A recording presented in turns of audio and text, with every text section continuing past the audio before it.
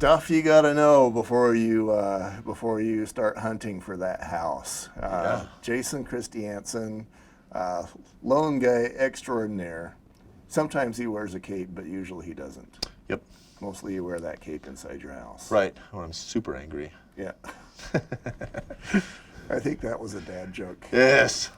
So let's talk about credit scores. Perfect.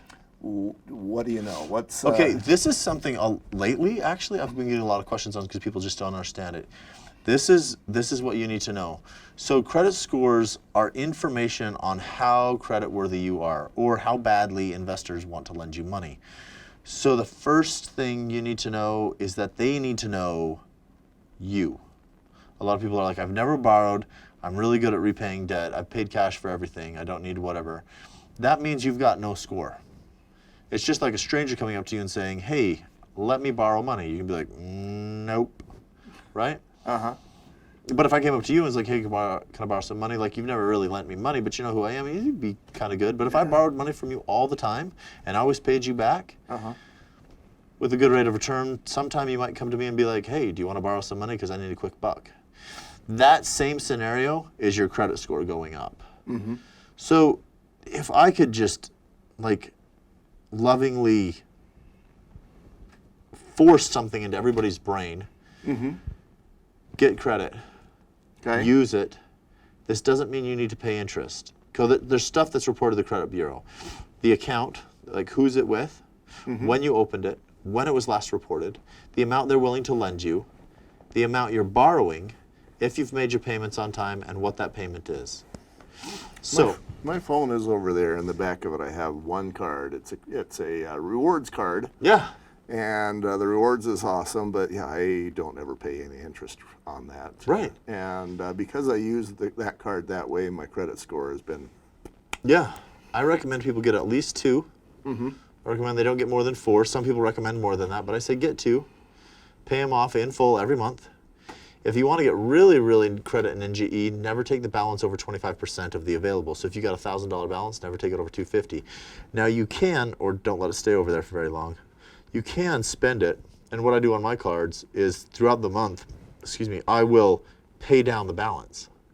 So I'll run it up and pay it down. So at the end of the month, I've got a low balance.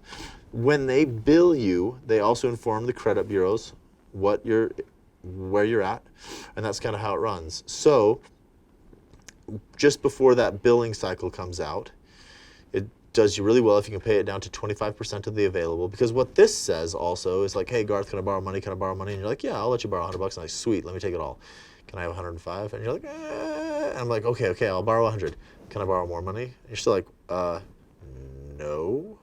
Same thing with your credit cards. Like if they say, hey, you've got a $1,000 limit, and you run it to the 1,000, it kind of puts everybody in a shaky position. Your score goes down. So you want to show that you're borrowing money regularly, that you're paying it regularly. If you pay interest, that's not reported. So like I said, pay it off every month.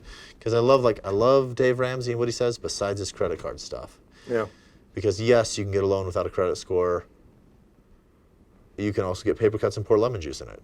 It's, something you can do. Dave's got great advice, but it doesn't help you buy a house. Right. So, what kind of credit score should a guy be hoping for? What are the tiers, the levels, if you would? Basics. 740 and above is perfect.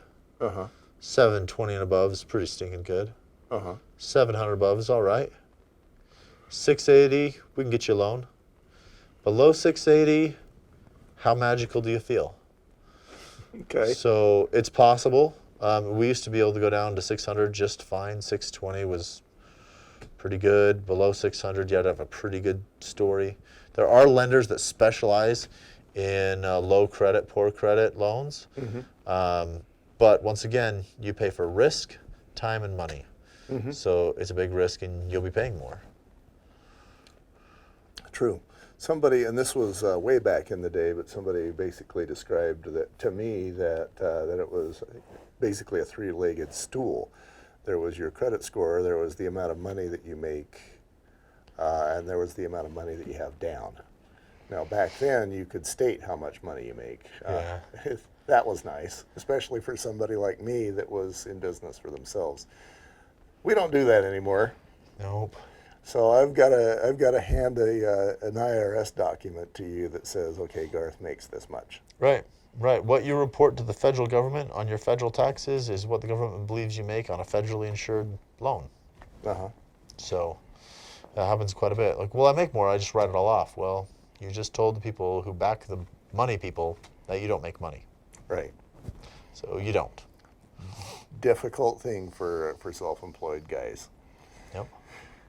Okay, what else do we need to know on this subject? That's basically it for credit. Get some accounts going. Don't max them out, and get that as long as you can. I think you mentioned to me once that the older the account is, that's helpful too. Right. You know, if I was like, okay, I don't have a lot of credit and I want to buy a house, so I'm going to go get a credit card and then I'm going to buy a house next month. No, actually, so it was just like personal relationships. You meet someone, they say, "Can I borrow money?" You're actually kind of more worried about them than you were before you met them. Mm-hmm. You didn't know them before, which was fine. Now you know them, and they have your money. Mm-hmm. Right? When you get a new credit card, any new open revolving account, your score actually drops for a little while. And then as history goes, typically you need 6 payments on it before it's like good for you. And like an auto loan, you must make 6 payments on it, or any closed-end financing, you got to make 6 payments, or they won't even end up reporting it to the credit bureaus in the long run. It won't affect your score. And here's one of those items you got to know before you buy a house. If you go buy a car just before you buy a house, Yeah, that can change things. Hope it's comfortable to sleep in your car sometimes.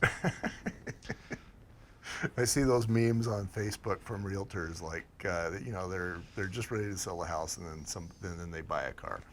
Realtor is posting this meme where they're tearing their hair out. Yeah, don't do that. Yeah. Don't Yeah. do that. It's important.